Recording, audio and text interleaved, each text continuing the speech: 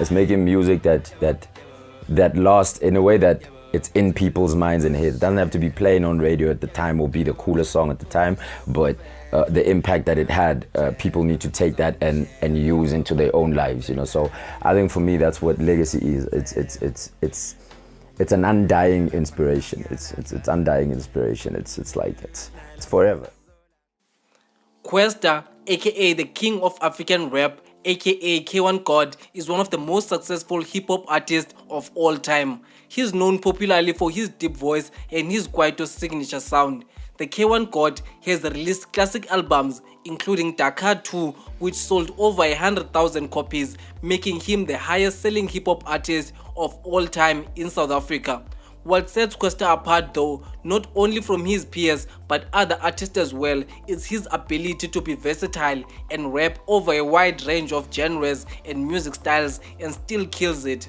Recently, Kwesta released a Kwaito album, making it his first non-rap album. Despite social media critics, his fans received the album with warm hearts. One of the reasons his fans go hard for Kwesta is because of the care that he puts within his music.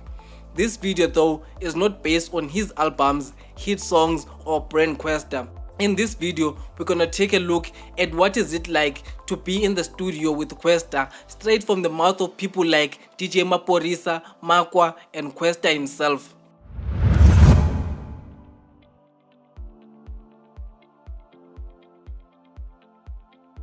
In order to understand Kwesta's influence and recording process, let's go back a bit. Kwesta was born and bred in Katlehong, aka K1. He started rapping when he was a teenager and later took the decision to become a full musician when he was signed to Parabang Entertainment by Slicker and Sugar Smacks in the mid-2000s. During that time, Pro Kid, Tear Gas and Skora Camp were the faces of SA hip-hop, which ultimately influenced Kwesta's rap style. Talk about music is just all I've really known how to do, you know, cared about, taking care of, to a point of knowing it and mastering it. It's only been music, you know. The love for that is just what I've always followed, and I don't know how to follow anything else as passionately, you know, at least anything career-wise or anything, you know. So I think I just stay true to it, also just because it's really one of my big loves, you know, outside of family and human beings. It's literally just music, and it's hard for me.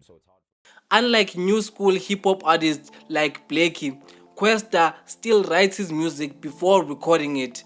On an interview with Zinga, he said that he wrote and recorded over 20 songs, then sent them to Parabang Entertainment as a demo before being signed.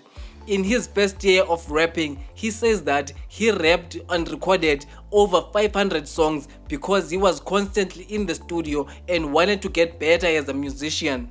Over the years, he has found his signature sound with the help of his longtime producer, Makwa, and a help from DJ Maphorisa. You can tell that Kwesta grew up in the golden era of Kwaito music. Most of his songs have Kwaito references, be it lyrics, flows, or instrumentals. This sound is also referred to as Mzonkonko. DJ Maphorisa though is probably the main person that is responsible for Kwesta's signature sound. After he produced Ngutu for him, he literally created a whole wave of sound that producers like Makwa later followed and used on Kwesta's song.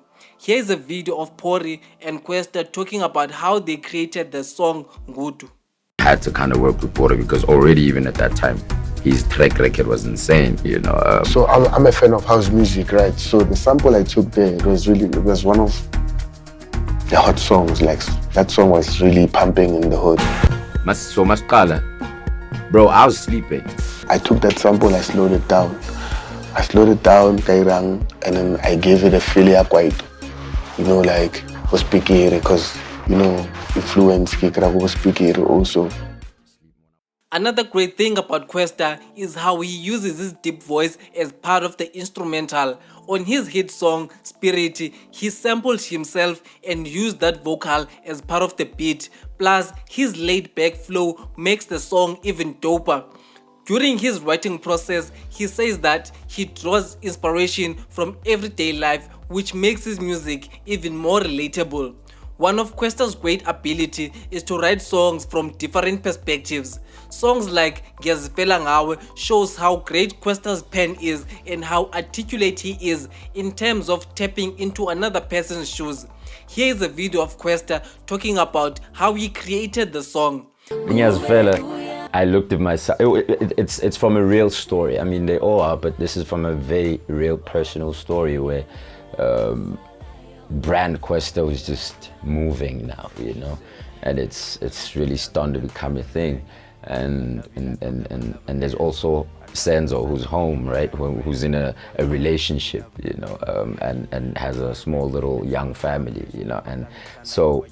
And I could see these things daily, like how this affects the other and how that affects this, you know, how me not being around affects the family and how me being in the family might affect this, you know, work-wise, you know. And I really just wanted to sort of confess all of that and say it and say, I go through this too, you know, all the while reassuring the fans and the people that I love you too, you know, like I love you so much that I'm going through this with my family just to be able to tell you that I love you, you know, and vice versa. Also, I wanted to reassure my woman that I love you so much that I'm willing to even tell the story in front of these people, so that everybody sort of understands, and we create this sort of understanding sort of love and hub of.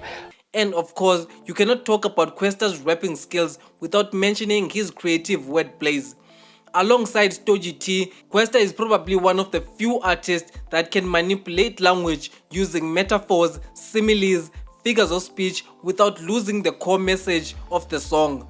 Another thing that made Kwesta stand out from his peers was his ability of bagging international features, especially during his peak. But even then, he did not compromise on his art. Instead, he worked with Wale, Rick Ross, and Rich Homie Kwan on authentic South African records. His contribution to the rise of SA hip-hop is undeniably visible. He's inspired a whole lot of artists, even on the Amapiano space. I think it's high time we all show Kwesta some love that he deserves and give him his flowers. He's truly a cultural investor. For Wave Entertainment, I am Capitizi. Be sure to subscribe to the channel. Let us know in the comment section which Kwesta song you would have loved to be in the studio while he was creating, and also let us know which other artists we should cover on this series. Until next time guys, stay safe.